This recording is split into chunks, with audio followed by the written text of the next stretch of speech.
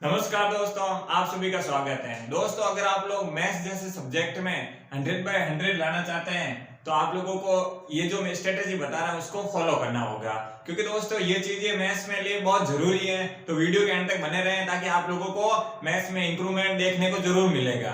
तो सबसे पहले अगर बात करें मैथ्स में अगर 100/100 तक जाना है तो उसके लिए आप लोगों को सबसे पहले प्रॉपर नोटबुक, आप लोगों के पर्सनल नोटबुक या प्रॉपर नोटबुक मेंशन होनी चाहिए जिसके अंदर आप लोगों के सारे नोट्स हो इस टॉपिक से रिलेटेड। अगर जिस भी टॉपिक आप जैसे मैथ्स को पढ़ रहे हैं तो मैथ्स में सारे कलेक्शन जो आप लोगों का मटेरियल बोल सकते हैं आप लोग, तो वो एक ऑफिशियल नोटबुक होनी चाहिए, क्योंकि अगर वो होगी तभी आगे वाली चीजें अप्लाई हो पाएगी। तो सबसे पहले आप लोगों को काम करना है कि जिस भी टॉपिक या जिस सब्जेक्ट को पढ़ रहे हो उसकी प्रॉपर नोटबुक, उसके नोट्स अवेलेबल आप लोगों के पास, चाहे बुक हो कुछ भी हो, आपके एक पर्सनल नोटबुक होनी चाहिए। ठीक है ना, पर्सनल नोटबुक की बात कर रहा हूँ, ठीक है ना, बुक की बात नहीं कर रहा हूँ। इसलिए आप लोगों को उसमें सारी चीजें हो, फॉर्मूला और जो भी आप लोगों की बेसिक कंसेप्ट वाली डिटेल्स हो वो उस नोटबुक में होनी चाहिए। पहला स्टेप तो आप लोगों का होगा ये। दूसरे स्टेप में बात करें तो आप लोगों के पास होने चाहिए फॉर्मूला लिख और बेसिक कंसेप्ट। फॉर्मूले और बेसिक कंसेप्ट का मतलब हो गया दोस्तों, जैसे आप लोगों को कोई भी चीज क्लियर करने से पहले उसका बेसिक जानना बहुत जरूरी है। अगर आप मैथमेटिक्स का कोई परसेंटेज का टॉपिक पढ़ रहे हैं तो उसके बेसिक के लिए उसके जो कुछ रूल्स हैं, कुछ फॉर्मूले और कुछ रूल्स देखने को मिलेंगे। तो जो फॉर्मूले हैं उसके आप एक प्रॉपर लिस्ट बना दो, जिस भी प्रकार या परसेंटेज पढ़ रहे हो या कोई भी, ठीक है ना, एवरेज का टॉपिक पढ़ रहे हो, कोई भी प्रॉफिट लॉस का पढ़ रहे हो, कोई भी अगर टॉपिक पढ़ रहे हो तो आप लोगों का यही काम होना चाहिए। उस टॉपिक से रिलेटेड जो बेसिक अंडरस्टैंडिंग है, बेसिक को अलग से लिख लो अपने नोटबुक में होंगे वो, और जो फॉर्मूले होंगे ऑफिशियल कोई भी टॉपिक होगा उसका कैलकुलेशन बेस के लिए आप लोगों को फॉर्मूले हेल्प करते हैं। तो बेसिक विद कुछ फॉर्मूले जरूरी, ऐसा नहीं ओनली फॉर्मूले से काम होगा। बेसिक विद कांसेप्ट, समझ रहे हैं ना, बेसिक कांसेप्ट का हो गया, जो बेसिक है वो तो ठीक है, लेकिन जो फॉर्मूले पढ़ने हैं उसके एक लिस्ट बना लीजिए। और जहां पर आप लोग रोजाना आते जाते हैं, मतलब आप लोगों को पता है कि जैसे मैं दरवाजे गेट के पास हमेशा जाता हूँ या दातुन के टाइम में जहाँ खड़ा रहता हूँ, तो उसके दीवार पर वो फॉर्मूला लिस्ट रेगुलर चिपका लें। उससे क्या होगा, आपकी रेगुलर नजर जाएगी तो वो टॉपिक आपकी रिवीजन में दौर निकल जाएगा और वो आप लोगों के फॉर्मूला स्ट्रांग होते हैं, आप लोगों का बेसिक के साथ कनेक्शन बहुत शानदार बन जाएगा। तो ये दूसरे पॉइंट हो गया। अब आगे बढ़ते हैं तीसरे पॉइंट की ओर। तीसरे पॉइंट की बात करें, try effective study. Try effective study का मतलब हो गया दोस्तों, अगर आप 5-10 घंटे के बजाय अगर रोजाना एक सब्जेक्ट को 1 घंटा भी दें या ओनली मैथ्स पढ़ रहे हो तो 1 घंटा भी दें, लेकिन वो प्योर होना चाहिए दोस्तों। पूरे शांति से प्योर फोकस होकर उस टॉपिक को पढ़ेंगे तब तो ये इफेक्टिव स्टडी में आएगा। नहीं तो काउंटिंग करेंगे 5 घंटे 10 घंटे तो उससे कोई मतलब नहीं है, क्योंकि उसकी प्रोडक्टिविटी आप लोगों को नहीं देखने को मिलेगी और उल्टा कंफ्यूजन बढ़ेगा। तो आप लोगों का जितना ही पढ़ो, भले 1-2 घंटे जितना भी मिनिमम पढ़ सको, भले मैं तो 1 घंटा भी पढ़ो रोजाना, कंसिस्टेंसी होने चाहिए। वीकली आप लोगों को कम से कम 5 दिन रेगुलर भी पढ़ो ना, तो रेगुलर कंसिस्टेंसी होगी तो क्या होगा, आप लोगों का फोकस धीरे धीरे ऑटोमेटिक बढ़ जाएगा। तो आप लोगों को क्या होगा, इफेक्टिव स्टडी करनी है, ना कि आप लोगों को किसी के दिखाने के लिए, किसी और के लिए नहीं, खुद के लिए स्टडी करनी पड़ेगी। उसके लिए आप लोगों को प्योर मेहनत करनी पड़ेगी ताकि आप लोगों को कम समय में ज्यादा मार्क्स भी देखने को मिलेंगे। वो एक ही है, आप लोगों को इफेक्टिव स्टडी करनी पड़ेगी, ठीक है ना।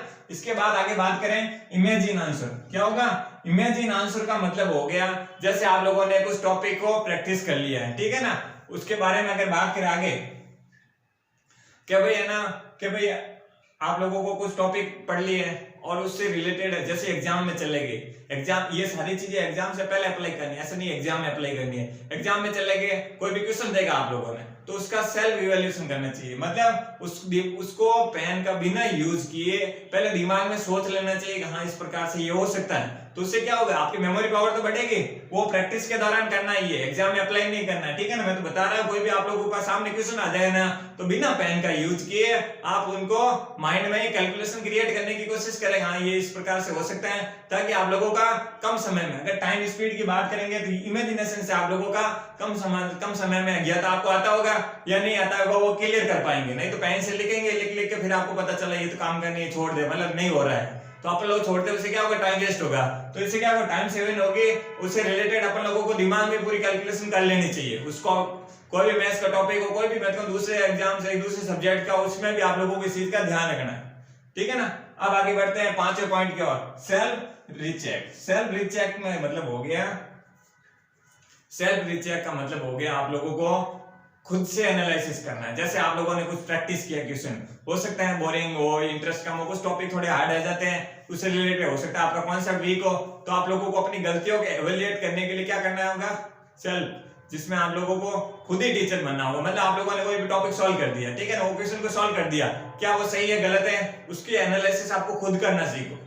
मतलब एज ए टीचर के नजरिए से उसको चेक करो। आप लोग एज ए स्टूडेंट हो, ठीक है, आप लोगों ने सॉल्व कर लिया, लेकिन उसके टीचर के नजर से उसको सॉल्व करने की कोशिश करो, क्या कमी हो सकती है, उससे आप लोगों की अपनी वीकनेस है जो कमी होगी उस टॉपिक में आराम से दिख जाएगी। लेकिन नजरिया आप लोगों को स्टूडेंट का स्टूडेंट की जगह और टीचर की एज ए टीचर नजरिए से देखना होगा। हाँ भैया मैंने तो कर लिया, अब मैं इसको चेक करता हूँ, मैं टीचर हूँ, मैं दूसरों की कॉपी चेक कर रहा हूँ।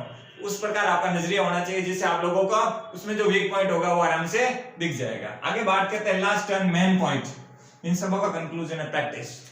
क्योंकि दोस्तों भले ही ये कितनी दुनिया भर की बेसिक पढ़ लो, ये पढ़ लो, अगर बिना प्रैक्टिस के आप मैदान में गए तो आप लोगों के साथ क्या होगा, वार्म अप जरूरी है। चाहे आप फील्ड में, चाहे आप क्रिकेट में जाओ, फुटबॉल में जाओ या किसी एग्जाम में जाओ, बिना वार्म अप के आप लोगों के वो स्ट्रेंथ नहीं क्रिएट हो पाएगी जो एग्जाम के लेवल की होती है। जो एक स्टैंडर्ड क्रिएट करते हैं ना, तो वो आप लोगों का अच्छी रैंक तक जाना है। मैंने क्या कहा यहाँ पर 100/100 लिखा है, तो आप लोगों को ध्यान रखना है कि जितनी ज्यादा आप लोगों ने चाहे छोटे छोटे क्वेश्चन, छोटे टॉपिक को कवर किया, उसके पीछे क्वेश्चन प्रैक्टिस करो। प्रैक्टिस को आप लोग टॉपिक वाइज भी ले सकते हो या कंप्लीट भी ले सकते हो। टॉपिक वाइज लोगोगे तो ज्यादा बेटर है, जैसे परसेंटेज पढ़ा उससे रिलेटेड टाइप ऑफ क्वेश्चन सारे खेल लिए, एक एक नहीं 40-50 भी करो ना, कोई दिक्कत नहीं है, ताकि आप जितने ज्यादा प्रैक्टिस करोगे उसका कॉन्सेप्ट आप लोगों के बिल्कुल दिमाग में छप जाएगा। और प्रैक्टिस हमेशा रेगुलर बेस पर काम आएगी। ऐसे नहीं 2 दिन पढ़ लिया और 10 दिन छोड़ दिया, तो उससे क्या होगा, आप उससे चीज से दूर हटते जाओगे, क्योंकि रिवीजन इज की ऑफ सक्सेस। तो ये ध्यान रखना आप लोगों को, ये सारे पॉइंट्स है दोस्तों, बहुत इंपॉर्टेंट है। अगर आप लोगों को अच्छे मार्क्स लाने हैं तो कहीं ना कहीं इन चीजों को अप्लाई करना ही पड़ेगा।